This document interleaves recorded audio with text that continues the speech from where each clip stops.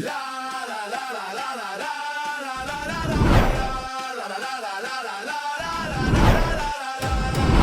sfida è qui, il cuore batte forte, un solo tiro cambia la sorte. La sfida è qui, il cuore batte forte, un solo tiro cambia la sorte. Penalty, il gioco si decide qui. Penalty, emozioni fino all'ultimo sì. Penalty, ogni istante è magia. Penalty, la vittoria è energia. Penalty.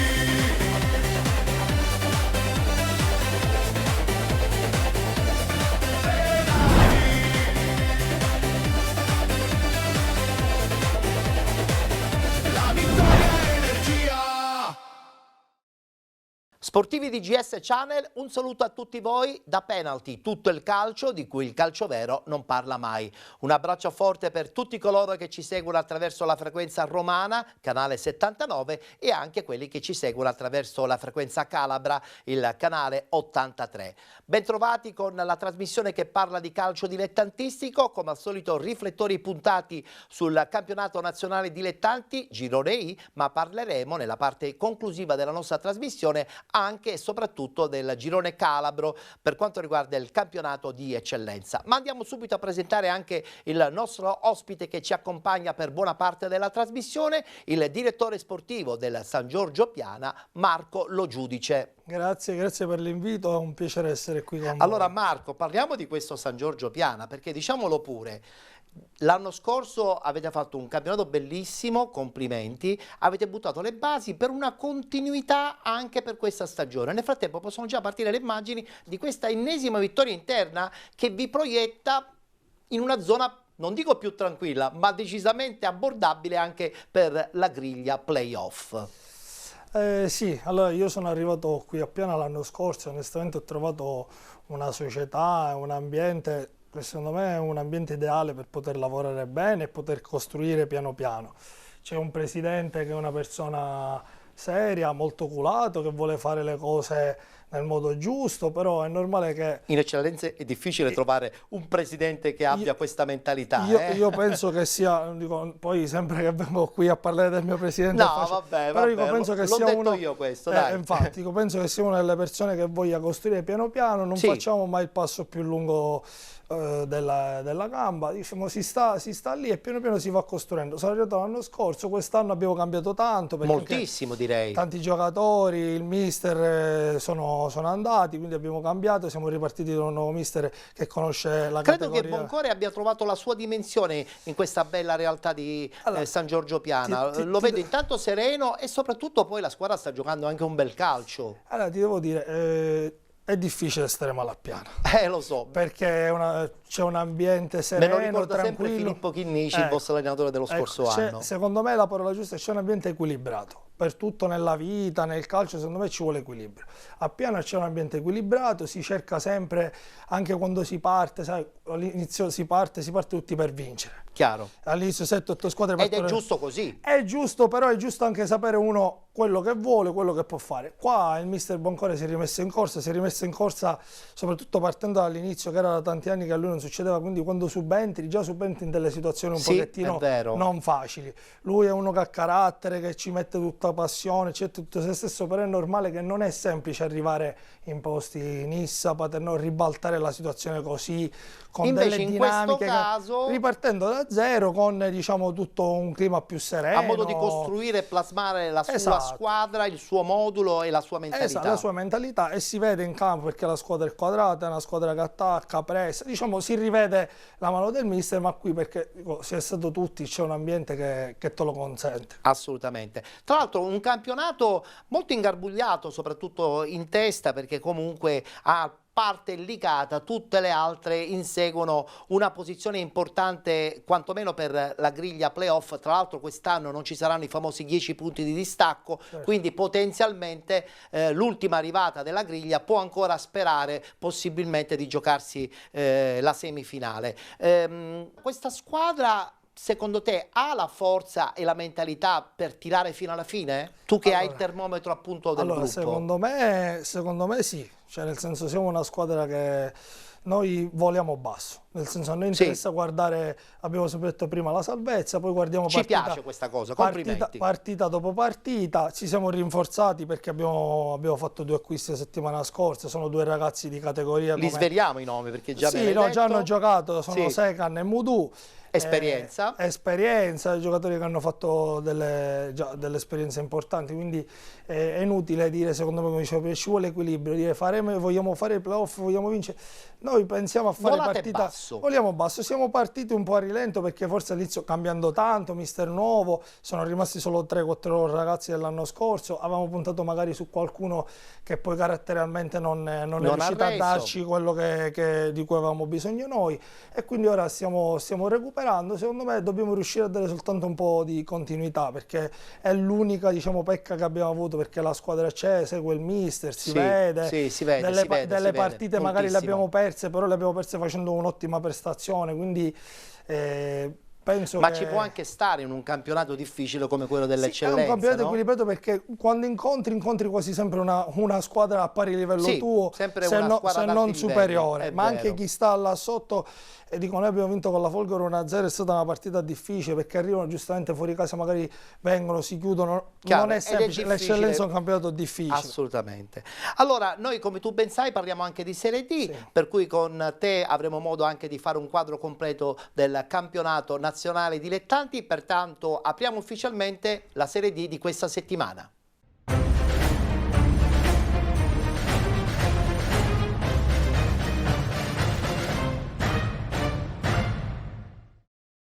È stata una domenica importantissima, soprattutto perché sono arrivate le dichiarazioni fortissime del presidente Luca Giovannone, che si è dimesso ufficialmente da presidente della Nissa, e contemporaneamente, più tardi lo sentiremo, ha anche comunicato l'esonero di mister di Napoli. Ma guardiamo i risultati delle partite di domenica. Domenica si è giocata la 14ª giornata, Athletic Club Palermo che vince 2-1 contro la Castrum Favara, San Cataldese batte Gelbison 3-1, Milazzo batte Paterno Calcio 1-0, Regina 1914 batte Città di Gela 1-0, vince fuori casa la Nuova Igea Virtus 1-0 contro la Vibonese Calcio, 3-1 della Ciriale proprio in casa della Nissa, 0-0 tra Ragusa e Messina, pareggio tra San Biase ed Enna Calcio, ed infine il Savoia che vince 2-1 contro la Vigor Lamezia.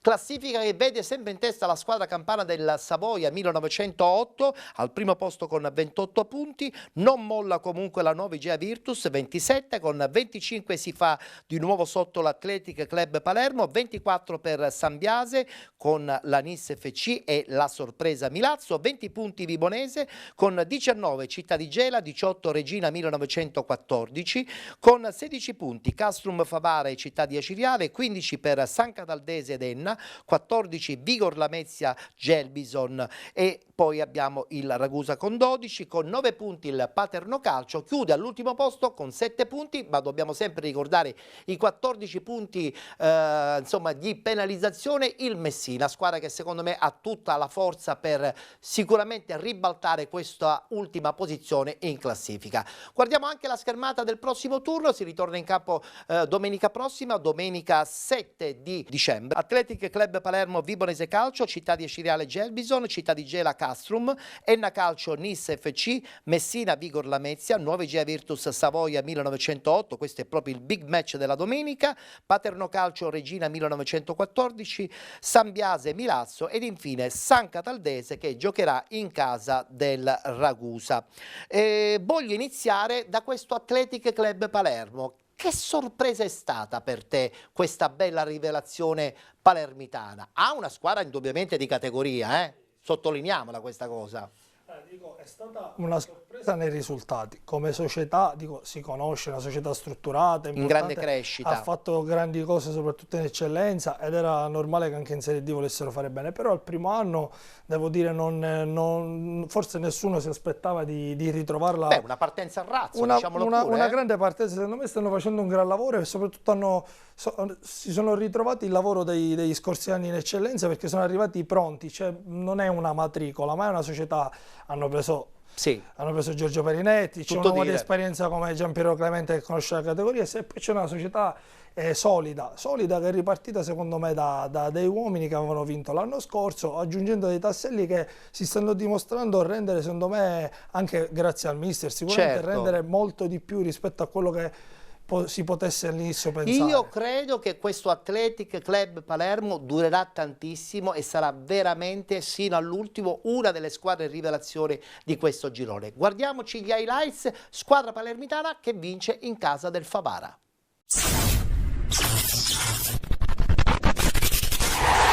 14ª giornata del campionato di Serie D Girone I allo stadio Bruccoleri di Favara si affrontano il Castrum Favara di Nicolò Terranova e l'Athletic Club Palermo di Emanuele Ferraro. I nerorosa, dopo la sconfitta nel recupero contro la Nissa, vogliono mantenere il contatto quantomeno visivo con le zone nobili della classifica, cerca invece punti salvezza la squadra in completo giallo-blu, ma attacca subito, parte subito forte la squadra palermitana che sui sviluppi di questa palla inattiva sfiora il palo. Poi Mazzotta arma la corsa di Bonfiglio, il quale arriva sul fondo, mette in mezzo, c'è la respinta della difesa, però sui piedi di Boba che controlla e calcia col sinistro. Respinta di Lauritano in calcio d'angolo. Sul corner che ne segue però ci sono storie tese all'interno dell'area di rigore. Il direttore di gara, il signor Santinelli di Bergamo, vede la sbracciata di Vesprini che viene espulso.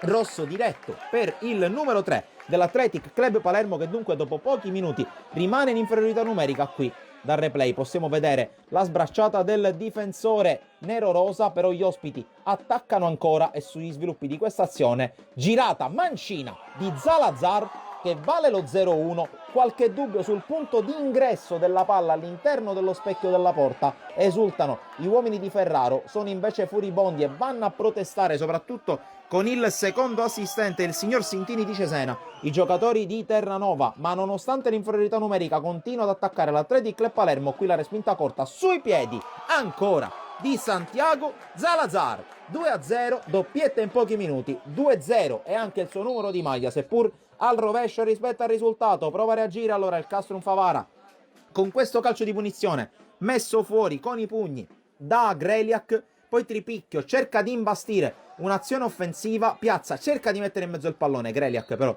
è bravo a raccoglierlo, ma all'improvviso c'è questo spunto di corsa da parte di Gueye, il quale si libera di un avversario. Greliak però è super a chiudergli lo specchio in chiusura di primo tempo. La ripresa però inizia bene per il Castrum Favara, che trova il colpo di testa vincente di Manuele Demin, che accorcia le distanze, apre alla grande la ripresa, tutta la grinta, tutta la carica del numero 4 in maglia gialla, che poi arringa la folla presente al Bruccoleri. Cerca allora subito di pareggiare il Castrum Favara con Gueye che si invola, al suo fianco c'è Piazza, la porta è vuota ma non riesce a calciare, incespica sul terreno di gioco, cerca di lottare anche Orofino, è entrato in campo l'ex Camarat che però non impatta bene. Poi Nzila per la conclusione che si perde fuori da parte del numero 11 Polifemo, anche lui è entrato nella ripresa, decisamente più pericoloso. E ancora Demin, questa volta con una conclusione alla distanza. Greliak si distende e la mette fuori. Tracce di Athletic all'improvviso con questa girata mancina fuori misura di Zalazar. Poi ancora Nzila a sprintare sulla sinistra, il suo cross diventa un tiro che accarezza anche la traversa, anche sfortunato il Castrum Favara, che qui attacca ancora sulla destra con il cross per Gueye, traversa piena da 2 metri. Poi ancora Gueye si ritrova la palla sui piedi, ma Greliak è bravo e rapido a tuffarsi e a prenderla. Dall'altra parte l'Athletic prova a rifarsi vedere con Faccetti, altra conclusione mancina a giro che si perde fuori, e questo l'ultimo tentativo della partita. Athletic Club Palermo che vince, batte il Castrum Favara 2-1, si porta al terzo posto, vicinissimo alla vetta della classifica.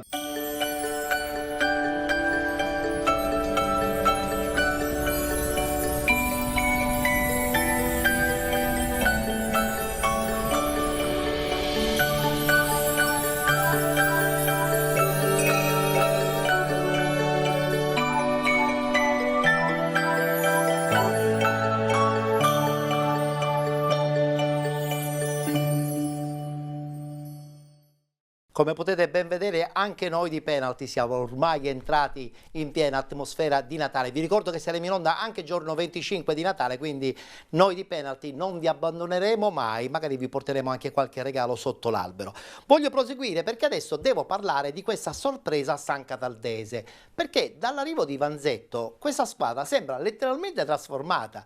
Batte in casa la Gelbison, ma contemporaneamente fa vedere forza e determinazione. Credo che in questo momento sia stata una scelta azzeccata, senza nulla togliere a Pidatella, perché aveva fatto fin lì un buon lavoro, però la scelta di Vanzetto è risultata a questo punto azzeccata. Ma ti dico, secondo me sì, nel senso che Mister Piratella nell'ultimi anni e mezzo aveva fatto un gran lavoro, di gara sotto gli occhi di tutti, Sì. infatti era rimasto lì. Poi magari ci sono dei meccanismi nell'ambiente, delle frizioni che noi da fuori non sappiamo e magari si vanno a creare e quindi Conosciamo molto poco, le certo. conosciamo poco e non si può dare un giudizio definitivo, perché la squadra, anche io sono andato a vederla col Messina, e la squadra era una buona squadra, era partita bene, poi a fase alterna. Però non riusciva mai a dare un po' di Ma sai, continuità. Ora secondo me anche quando cambi l'allenatore c'è anche un nuovo entusiasmo. cambia allenatore, hanno all'interno cambiato della anche, squadra. magari sono arrivati dei giocatori, Sì. quindi hanno dato qualcosa in più, però è una squadra giovane, una squadra che gioca dietro con difesa a 3 con 2-2005, Sì, dico sì, sì. Pisciotta e De Rienzo che sono secondo me 2-2005 forti. Ottimi veramente. Poi c'è un mister, un direttore sono arrivati che conoscono bene la categoria, però dico nulla da levare a Piratella, perché Piratella, infatti. Varello pure conosceva la categoria e negli anni passati avevano fatto bene, però Assolutamente magari sì. poi si vanno a creare dei meccanismi Nuovi dove equilibri e anche magari nuovi spunti, sì. dove c'è bisogno di cambiare. La scelta giusta è quella che ha fatto ora, si dimostra quella che ha fatto la società, È poi vero. si vedrà a fine anno. Però la San Cataldese sempre loro quando vanno in difficoltà, io una piazza Trovano che seguo- sempre il percorso giusto per modificarsi ormai è in tanti corsa. anni che È vero. fanno la categoria e sanno quando devono modificare, quando non devono modificare, poi magari a volte si prendono delle decisioni, così Sì. si prova e vanno bene. Ed è andata penso abbastanza bene. Spero che Guardiamoci continui il così. servizio, una San Cataldese che vince addirittura 3-1 in casa della Gelbison.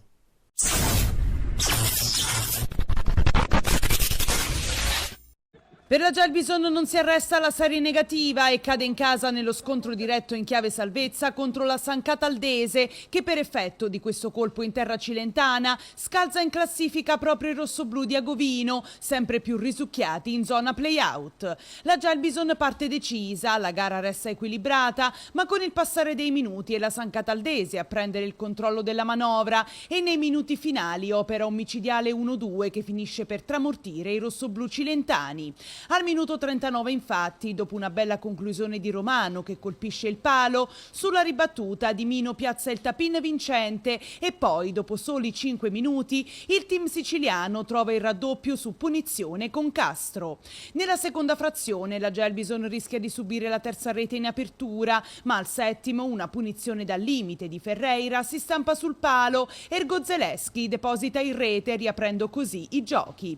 I rossoblù ci provano, ma tutte le iniziative trovano l'attenta retroguardia del team siciliano a chiudere i varchi. Agovino inserisce forze fresche, ma nella parte finale la San Cataldese con Rozzi mette il punto esclamativo al match, regalando la prima vittoria esterna agli uomini di Vanzetto. Nella prossima giornata la Gelbison è attesa dalla trasferta sul campo della Cireale in un altro match che ha il sapore di uno scontro diretto in chiave salvezza.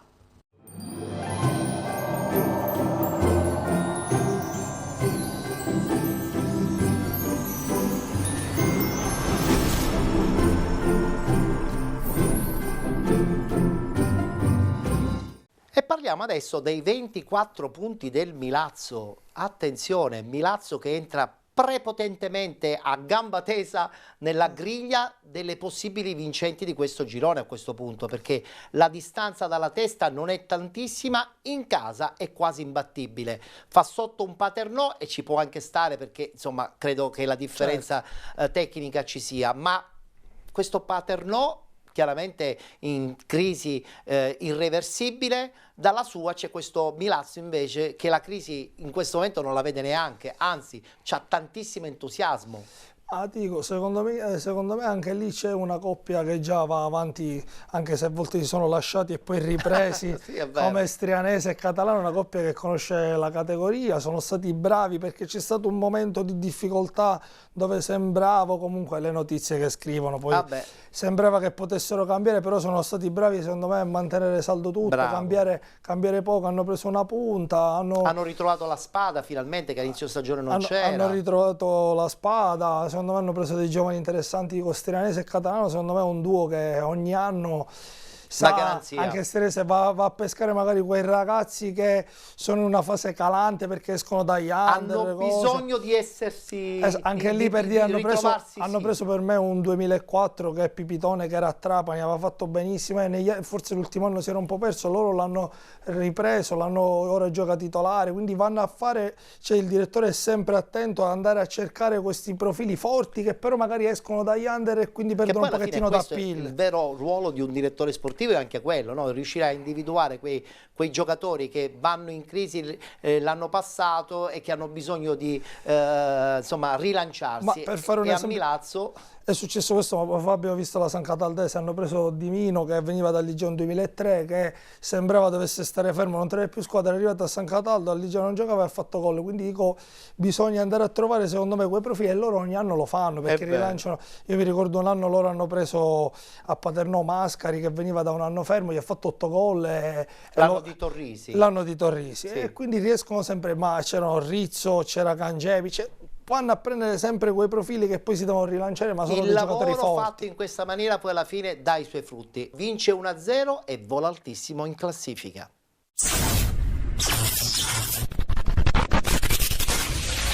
Il Milazzo non si ferma più al Marco Salmeri, arriva la terza vittoria consecutiva, un altro 1-0 questa volta ai danni del Paternò che conferma la squadra di Gaetano Catalano in piena bagarre playoff a sole 4 lunghezze dalla capolista Savoia. La partita si accende subito, i rossoblù spingono forte, Moschella sfiora il palo dopo una rimessa laterale di Franchina, poi Corso impegna Branduani con un destro velenoso da fuori. Il Paternò prova a reagire con un Boulaia che per poco non trova l'angolino con un diagonale insidioso e con un Jungling che costringe Mileto a una risposta attenta sul primo palo. Il Milazzo però non arretra, Curiale di testa dagli sviluppi di angolo va vicino al vantaggio. Stessa sorte per la Spada che non c'entra lo specchio, sempre su azione da corner. Nella ripresa i Mamertini aumentano la pressione dopo il tentativo di La Spada, bloccato centralmente dal portiere. I Mamertini passano al 59esimo quando Corso carica il destro dal limite e fulmina Branduani facendo esplodere di gioia il pubblico rossoblù. Prima rete in campionato per lui e 1-0 Milazzo. Sulle ali dell'entusiasmo i padroni di casa reclamano anche un rigore per un contatto sulla Spada, ma l'arbitro lascia correre. Nel finale il Milazzo tenta di chiuderla senza però cambiare il risultato. Al triplice fischio e tripudio sugli spalti i Mamertini centrano così la quinta vittoria interna, la settima totale in campionato. La squadra sale a quota 24 punti al fianco di Nisse e Sambiase pienamente in corsa per i playoff. Situazione opposta per il Paternò che resta penultimo a 9 punti, 2 in più dell'ultima posizione occupata dal Messina.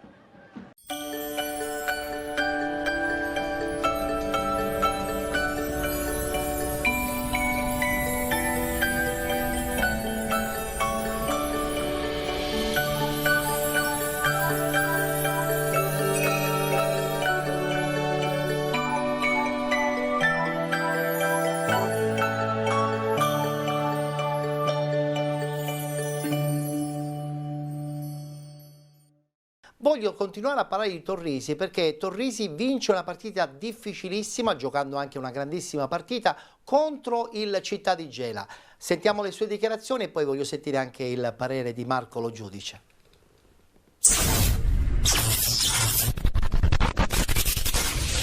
Regina contro Gela per chiudere al meglio il mese di novembre davanti al proprio pubblico. Gli uomini di Torrisi che lancia Macri a centrocampo, il classe 2008, la prima da titolare, ma si comincia. Torna anche Barillà dal primo minuto per una Regina che prova ad attaccare subito in maglia bianca. Il cross in area di rigore, attenzione a questa chance per Iamaranto, ci ha provato il calcio d'angolo. Svetta di testa e Lagonigro può solo guardare questa conclusione di Grazia. Regina in vantaggio con un gol alla Alex Del Piero di Grazia, 1-0 fantastico per gli Amaranto.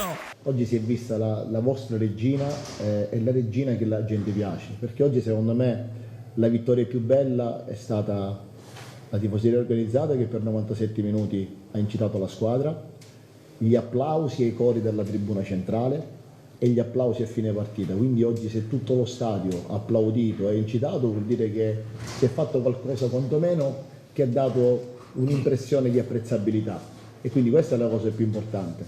Riguardo il discorso dei giovani, le dico, per me è normalità. Io quando faccio la formazione non guardo la carta d'identità.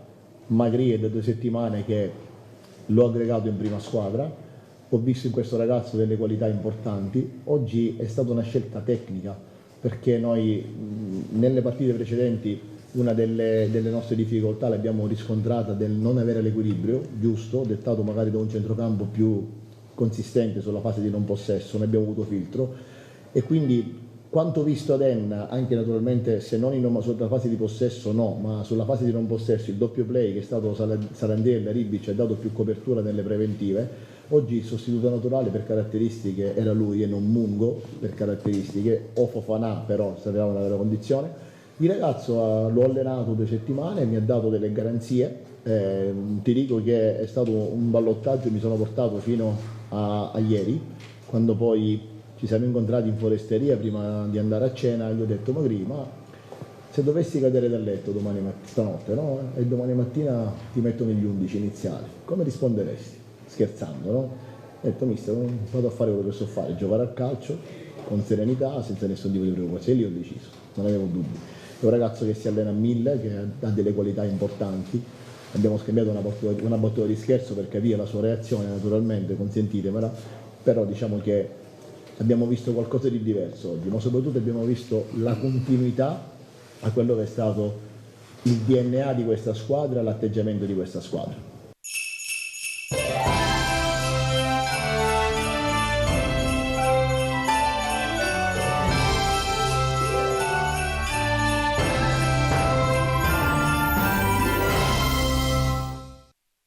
Allora, 30 secondi per far capire a tutti che questa regina potrebbe ancora dire la sua, forse per la griglia playoff. Marco, condividi? Ma penso di sì, anche lì è un campionato quest'anno dove sono tutti vicini, dico, basta riuscire a fare 2 risultati utili di fila per potersi riproiettare, diciamo, nelle posizioni più alte. E poi a Reggio c'è entusiasmo. A Reggio c'è entusiasmo, è una piazza importante, i giocatori importanti hanno cambiato, c'è un allenatore che ha carattere, quindi secondo me è quello che serviva. È normale che poi vincere una partita come questa ti può dare morale, se si riesce a dare continuità con una squadra come la Regina è stata costruita per vincere. E quindi ci può stare. Ci può stare anche che questa nuova Igea Virtus, e nel frattempo possono già partire le immagini, va fuori casa, vince una partita difficilissima contro la Vibonese e sta adesso al secondo posto. Dove può arrivare questa nuova Igea? Ma, che ne pensi? Io penso che intanto è sempre stata una società che negli anni ha costruito, ha sempre costruito bene ed è arrivata piano piano col tempo ad essere lì dove è arrivata. Quest'anno secondo me hanno fatto 2 scelte, prima come direttore e poi in panchina, che sono 2 che conoscono bene la categoria, che hanno lavorato insieme ad Acireale. Sì. Il mister Sasamar è un mister che comunque ha sempre fatto campionati di vertice. Conosce bene il termometro della Serie D anche. Sono rimasti dei giocatori importanti come Calafiore e Maltese, e secondo me ti danno una base importante. Ossatura importante, senza dimenticare anche Cicirelli e Samachè. Cicirelli e Samachè sono arrivati, però dico, già dall'anno scorso c'erano 2 giocatori secondo me come Calafiore che non mi spiego come fino a quest'anno ha fatto un gol pazzesco. 4-5 anni fa era a Mazzara in eccellenza, ma era un giocatore che già quando era a Mazzara non c'entrava niente con la categoria. È vero. Poi è andato a Dattilo e continuava a non entrarci niente con la categoria. Sì, è vero. E dico, probabilmente finalmente a Barcellona ha trovato il suo equilibrio giusto anche mentale. Sì, ha trovato l'equilibrio giusto, ci sono magari la famiglia lì vicino e tutto, però è un giocatore aiuta, forte.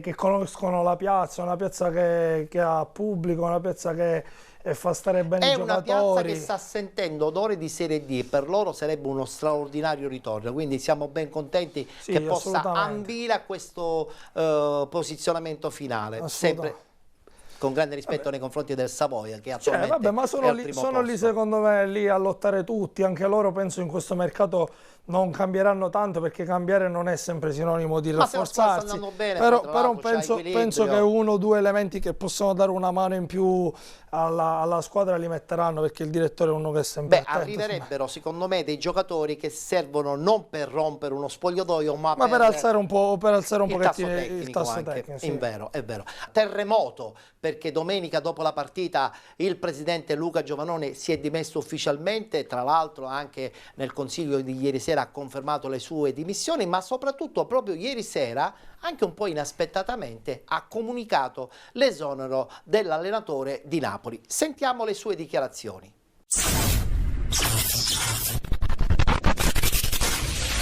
Voglio dare una svolta importante, voglio una gestione meno sprecona, che non posso fare io perché io sono troppo di maniche larghe e quindi non è che io posso cambiare all'improvviso.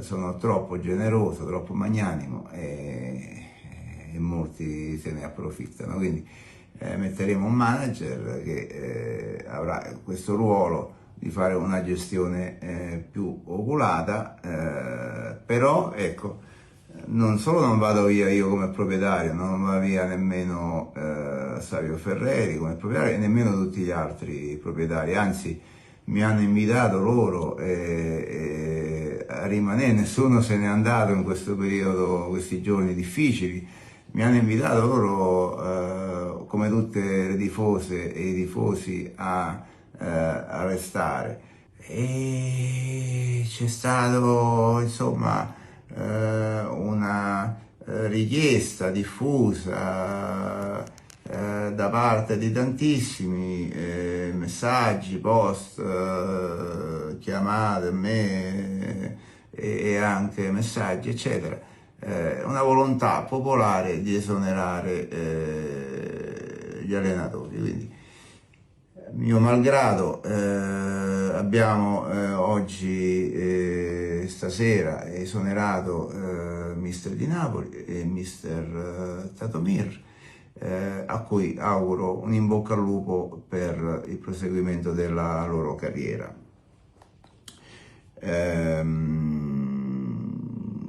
Nei prossimi giorni, da stasera diciamo, da adesso stiamo cominciando a pensare insieme al DS Russello quali figure lo possano sostituire, in particolare al mister di Napoli, e quindi spero appunto che troviamo presto un allenatore che possa condurre la Nissa a fare più punti possibili. Adesso siamo a 4 dalla prima.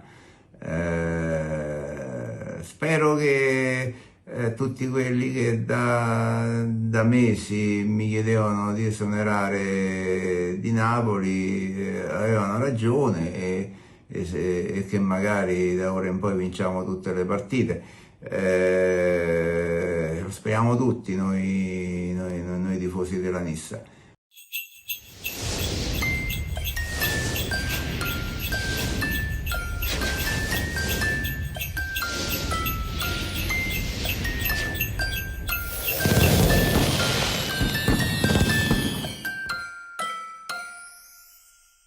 Non vorrei essere nei panni del presidente Luca Giovannoni, Marco, perché in questo momento deve fare una scelta importante, perché anche se ufficialmente non è più il presidente, diciamo che comunque è presente Sì. ancora nelle decisioni importanti, è il patron. Che cosa succederà adesso? 30 secondi per rispondere perché Sì. siamo un po' in ritardo. Ma ti dico, si parla di Gaetano. Sì. Secondo me è uno che è C'è stato... anche Boscaglia, in pole position. Sì, sono due allenatori secondo me diversi, che hanno avuto delle esperienze diverse, sono stati tutti e due all'Anissa, sono apprezzati.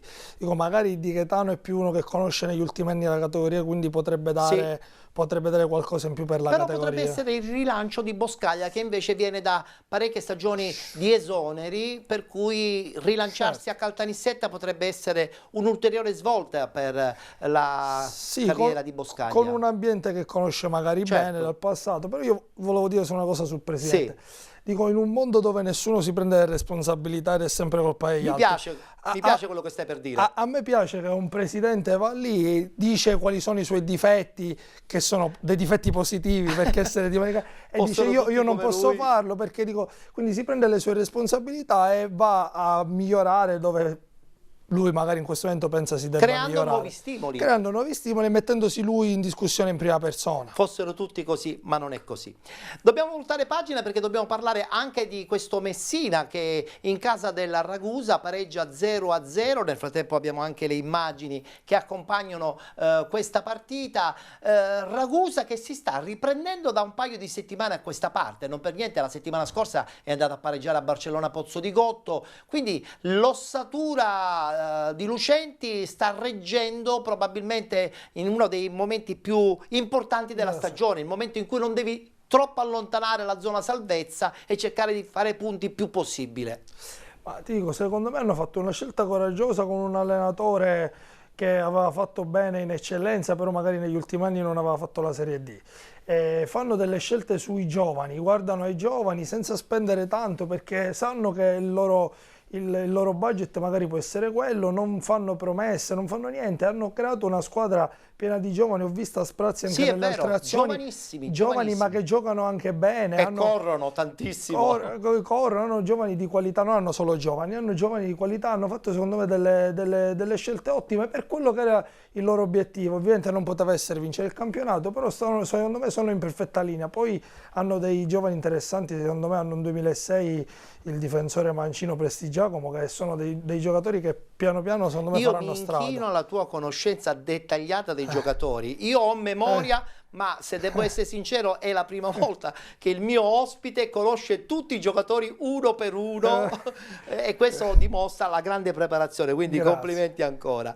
Senti, dopo Ragusa Messina che è finita in parità anche San Biase e Enna Calcio. Anche l'Enna comunque ha parecchi giocatori giovanissimi, anzi l'ossatura di Passiatore è proprio formata da giocatori giovani che vogliono mettersi in mostra. Sì, secondo me anche lì hanno fatto delle scelte, magari c'è stata un po' di confusione perché all'inizio si era partito, anche c'era il direttore Lo Monaco che dava una mano, sono arrivati sembrava che il percorso doveva essere diverso. Sì, sembrava che doveva essere diverso, però poi sono arrivati, ci sono i due fratelli che non mi ricordo il cognome, sono tutti e due centrocampisti e attaccante, sono forti, per me sono giocatori di categoria forti. Anche i due ragazzi di colore fortissimi. I due ragazzi di colore, sono arrivati loro, è arrivata gente dal Palermo, dalla Primavera, gente che per me sono giovani forti, quindi queste società è bello che secondo me è giusto non fare sempre delle dichiarazioni, fare con quello che si può fare, che si sa inizialmente che si può mantenere, perché sennò poi diventa difficile, si gioca sui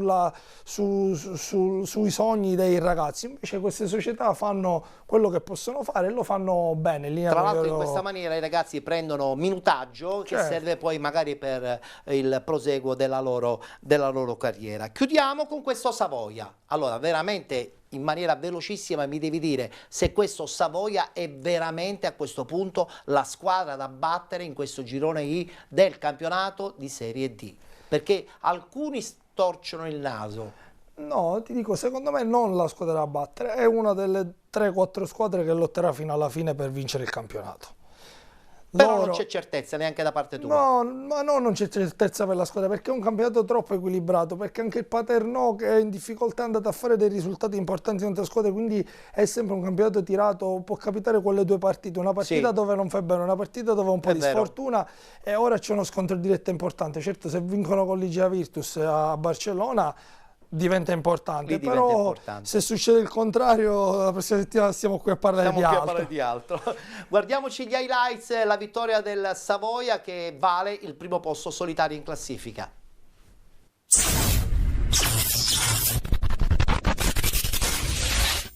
L'importante è vincere, quindi va bene così, voglio soffrire fino a maggio quando sarà, però voglio arrivare all'obiettivo che ci siamo prefissati. I primi 20 minuti secondo me c'è stata non una squadra ma una super squadra in campo e purtroppo lì pecchiamo perché abbiamo avuto 4-5 occasioni da gol per poterla già portare a casa e non riusciamo a raccogliere purtroppo il gioco che esprimiamo, il gioco bellissimo, fantastico e non riusciamo a concretizzare. Siamo passati in vantaggio, logicamente quei ritmi non li puoi tenere tutta la partita perché sarebbe assurdo, sono ragazzi che si stanno allenando da tanto tempo, quindi tanti sacrifici, tanti viaggi perché poi andare in Sicilia, tornare, fare la rifinitura e tutto il resto, quindi sono ragazzi che sono allenati ma non possiamo pretendere poi che hanno questi ritmi tutta la partita. Abbassi il baricentro, subisci un po', però abbiamo subito una ripresa, una ripartenza sterile dal Vigor Lamezia e poi purtroppo l'episodio come è quasi abituale ogni domenica che ci capita contro, è un'espulsione che secondo me non c'era perché Ledesma è saltato per prendere il pallone pulito, non ho visto movimenti strani, forse quando è caduto avrà toccato l'avversario, però è anche una cosa che ripeto voglio trasferire a tutti quanti, cioè non facciamo queste scene quando uno che si butta a terra, perché logicamente creiamo anche problemi all'arbitro, perché l'arbitro può essere pure che si è fatto condizionare dalla reazione che ha avuto il giocatore del Vigor Lamezia e quindi non ha fatto altro che ammonire e poi espellere Ledesma. Che devo dire? Avete visto oggi la partita, no? Penso che abbiamo fatto 20 minuti alla grande, proprio alla grande, come siamo partiti. Alla fine il gol è arrivato da una giocata che abbiamo lavorato durante la settimana del calcio d'angolo. Mi ha fatto piacere sempre segnare per questa maglia, per questa città. Ma alla fine l'arbitro ha espulso a Feli, che volevo vedere l'immagine anche perché penso che stiamo giocando in casa, una palla morbida così che lui va di testa, manco con cattiveria, no? Penso che è stato un po' duro l'espulsione. E dopo abbiamo dovuto combattere con questo, no? Con uno in meno in campo, ma penso che lo più bello di tutto è stato che dopo che non hanno fatto l'1-1 al 90esimo non ci siamo messi dietro, abbiamo andato a vincere questa partita e alla fine abbiamo visto che tutti insieme, lottando fino alla fine, conseguiamo la vittoria.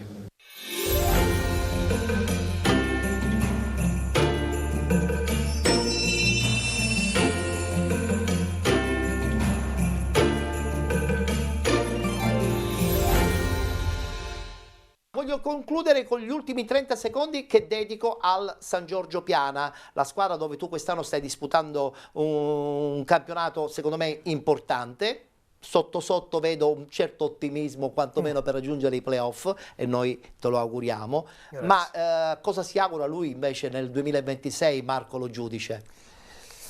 Mi auguro intanto di raggiungere gli obiettivi col Piana che ci siamo prefissati, perché c'è, come dicevo, una società, un presidente serio che non ci fa mancare mai niente e nel momento del bisogno siamo in un momento in cui potevamo anche evitare di andare a fare degli innesti di spessore, cose, perché comunque siamo in una situazione tranquilla. Sono arrivati i ritocchi. E sono arrivati, il presidente quindi ci accontenta, anche lui è un vincente, uno che vuole vincere, abituato, è partito dalla seconda categoria, ogni anno ha vinto sì, sempre, è vero, quindi è vero. Anche l'anno scorso da neopromossa, dico, siamo stati, questo è un dato che non si sa, siamo stati i migliori come punteggio a livello nazionale, come neopromossa, come matricola, storicamente, quindi diciamo è uno che ambisce sempre ad alzare il livello. E questa è una cosa positiva, no? Diciamo che l'obiettivo è quello di pensare partita dopo partita e poi nel 2026 di ritrovarci magari a essere soddisfatti dei nostri obiettivi e riprogrammare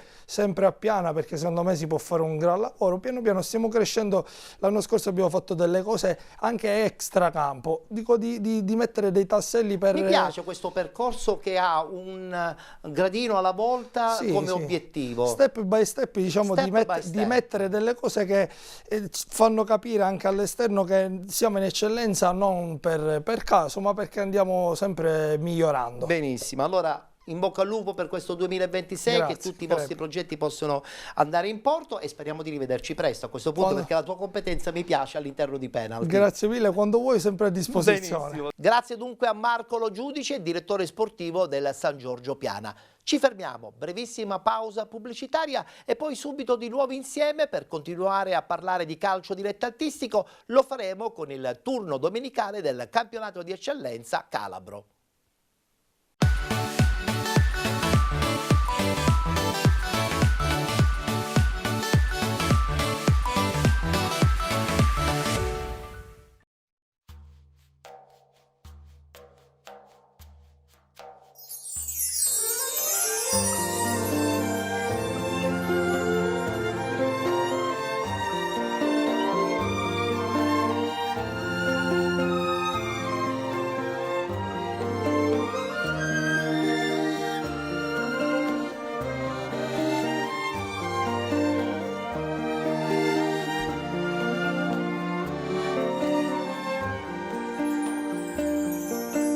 Tra mari e giuri lascisti tu, terra d'amori, non mori più. Ai, ai, ai, ai, ai, ai, ai, ai.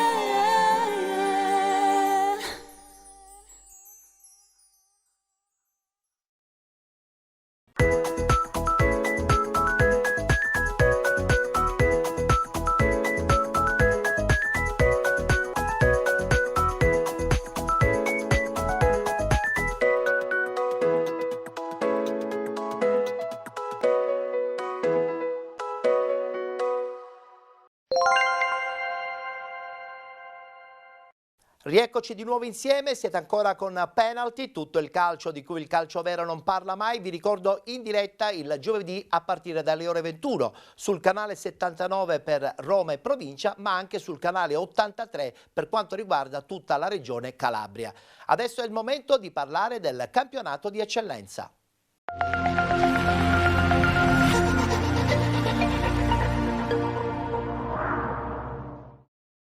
Domenica 30 novembre si è giocata la 12ª giornata, eccola qua la schermata dei risultati.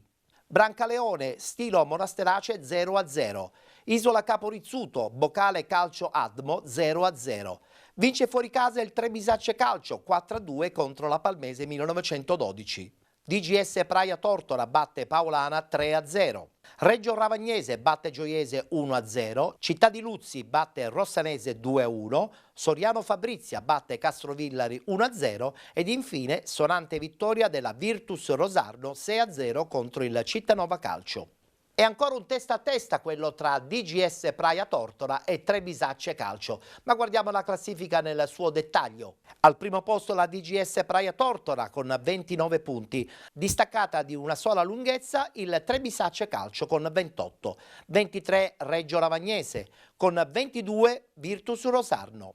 21 punti Isola Capo Rizzuto, con 19 Stilo Monasterace, Città di Luzzi e Bocale Calcio Admo. 18 punti Paolana, con 15 Palmese 1912. 14 punti Brancaleone, con 13 Soriano Fabrizia. 11 punti Rossanese, con 5 la Gioiese. 3 punti per il Cittanova Calcio. Ultima in classifica con -2 Castrovillari Calcio.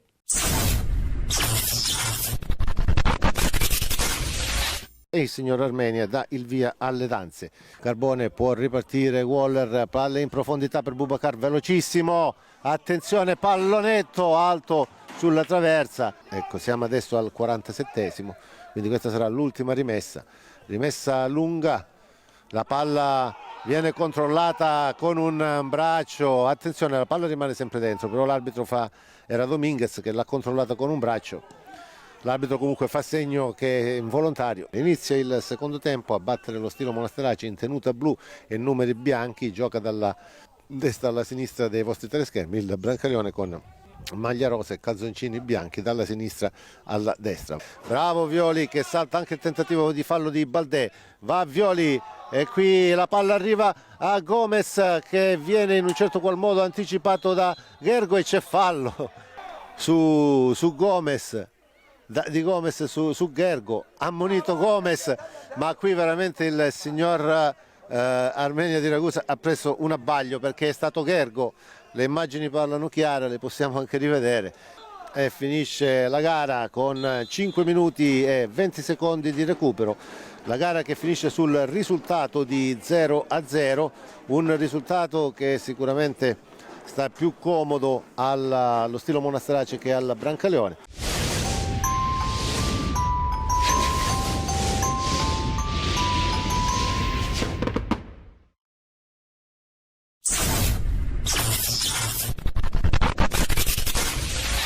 Lo possiamo chiamare un crocevia, un'ultima chiamata per tirarsi fuori dalle sabbie mobili, ma bisogna fare i conti con le decisioni della procura e con gli avversari che non sono gli ultimi arrivati. Questa è ASD Rossanese di DB Rossoblu, città di Luzzi. Purtroppo la Rossanese paga ancora i disordini nella gara interna contro il Trebisacce, li ha pagati domenica scorsa emigrando a Cosenza e oggi giocando ancora a porte chiuse, ma questa volta però allo Stefano Rizzo. Partiti proprio in questo momento, ha dato il fischio d'inizio il signor Millea di Catanzaro. La giocata e la conclusione con la parata di Ciminiello e poi il tapin vincente che porta in vantaggio il DB Rossoblu. Parte il cross larghissimo col pallone, toccato da Fioretti, salvato sulla linea, grandissima occasione per Fioretti. Vorrebbero il gol i giocatori della Rossanese. Bisogna vedere se il pallone ha varcato la linea. Ancora il 70 ospite, sempre Gualtieri. Poi Leta, la conclusione, la parata di Ciminiello. Sbaglia l'appoggio Barbieri, attenzione, può ripartire Moscia, l'entrata di Panza è fallosa, ci sarà addirittura il rosso per Panza. Rosso diretto per Panza, forse ci stava il giallo. Parte il lancio a cercare Pedrigno che salta di testa, riesce a colpire. Poi attenzione, Fioretti pareggia! Come un falco si è avventato su questo pallone Simone Fioretti. C'è l'1-1. 1-1 di Fioretti, quinto gol stagionale, la Rossanese che si sblocca dal punto di vista realizzativo. Il cross, il colpo di testa, il palo e la rete. E la rete, il 2-1 del DB. Il 2-1 del DB Rossoblu. E attenzione perché Barbieri sta per perdere il pallone, Casella lo ferma forse in modo irregolare, attenzione, è partito Casella, riesce a dare pallone che poi viene fermato, ma non c'è più tempo. Dopo 7 minuti di recupero, il direttore di gara fischia alla fine, la Rossanese sconfitta ancora una volta, è la quinta sconfitta consecutiva. Vince il DB Rossoblu per 2-1 grazie alle reti di Alzinaro al 10° del primo tempo e poi di Federico al 42° della ripresa. Per la Rossanese aveva pareggiato Fioretti il 27° di questa ripresa. Finisce dunque 2-1 per il DB Rossoblu. Piove sul bagnato in casa Rossoblu. Una nuova sconfitta e adesso ovviamente la classifica piange.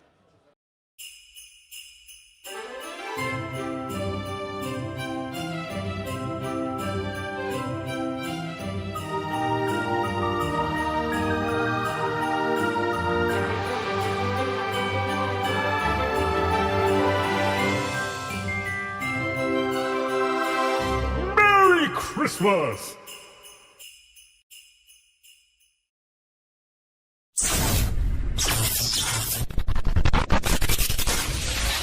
Buon pomeriggio dal Tarsitano di Paola. Oggi lo stadio della città di San Francesco ospita la giornata numero 12 del campionato di eccellenza nel girone di andata. La sfida è tra Paolana e DGS Praia Tortora, con le squadre che stanno per disporsi sul terreno di gioco. Ancora un attimo, consulto al cronometro, ci siamo partiti. Dominguez per Petrone, il controllo troppo lungo, poi subentra Strumia. Ciacanè mette giù. Dominguez, filtrante buono per Ciacanè, può andare il numero 9, lo fronteggia e poi Maitini spreca. Petrone e Strumia, attenzione che sono due specialisti. Petrone col destro, Strumia potrebbe provarci col sinistro. Petrone che osserva, ci prova mettendola su Ciacanè. E altra occasionissima. Sinistro sul primo palo, lo mette fuori Maitini. Dominguez un po' isolato ma prova a affondare la falcata, lo insegue Raimondo. Dominguez converge, l'esterno per Marino che trova ora lo spazio per Petrone che può andare alla conclusione. Petrone, dribbling, viene recuperato e sfuma l'occasione. Ficara verso Angotti, buona la sponda. Pagano entra in area, palla fuori per Porco, di nuovo traversone, Maitini a metterla fuori, attenzione a Crucitti dal limite, la conclusione del numero 10. Maitini arriva prima di tutti, poi Dominguez, attenzione Vitale, palla che ancora rimane lì, ancora in mezzo, Petrone cerca di metterla fuori, Marino può cercare la ripartenza Dominguez ma lo ha recuperato Mazzotta, almeno lo ha rallentato, attenzione al cambio. Deve uscire al limite dell'area Mercuri ad anticipare Ciacanè. Baggini accenna al lancio. Lo fa verso la zona di Petrone. Riesce a tenerla in campo e di testa a servire Strumia. Può metterla in mezzo. Ciacanè di testa. Palla lunga di Petrone per Ciacanè. Solo sull'area Ciacanè. Il dribbling. E non è calcio d'angolo. Ancora il lungolinea per la corsa di Ciacanè, in scivolata manca l'intervento l'avversario, Ciacanè la mette in mezzo ma in maniera sbagliata. Attenzione Strumia, palo, attenzione non è finita, ancora Strumia, sinistro Murato. Dominguez di prima per Baggini, linea alta della Paolana, maglie chiuse. Marino cerca l'imbucata per Ciacanè, su di lui Pagano.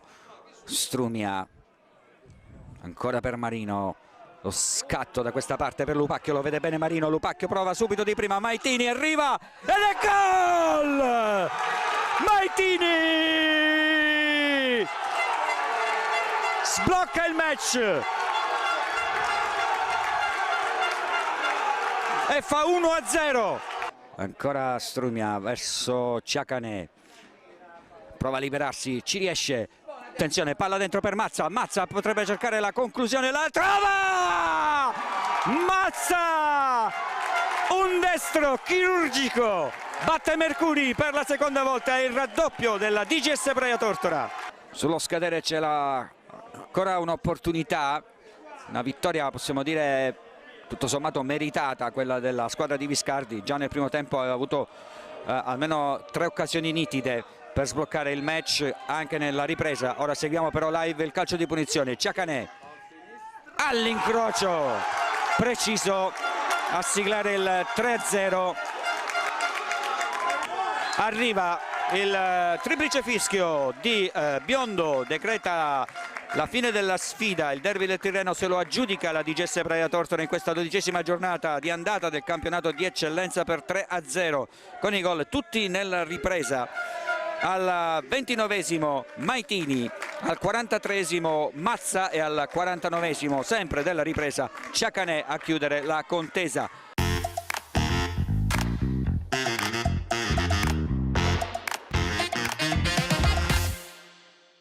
Sicuramente sbloccare queste partite, come dici te, è una cosa importante, poi è anche importante nel modo che la gestiamo, no? Nel modo che gestiamo il vantaggio, che difendendo in avanti ancora col palleggio, non è che ci indietreggiamo, continuiamo a cercare di fare il secondo gol e troviamo il secondo e il terzo, quindi quello parla pure bene della squadra, di come vuole giocare, della idea che ha il mister e l'idea che abbiamo noi, che stiamo costruendo partita dopo partita. C'era un po' di rammarico per quella partita di Coppa.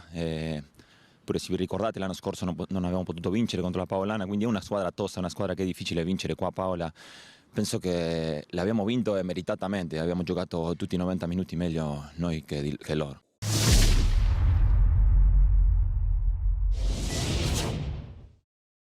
Con il consueto spazio dedicato anche alle immagini del campionato di eccellenza calabro, noi chiudiamo qui la nostra puntata. Vi ricordo che ci rivedremo giovedì prossimo puntuali alle ore 21 sul canale 79 per Roma e provincia, ma anche sul canale 83 per tutta la regione Calabria.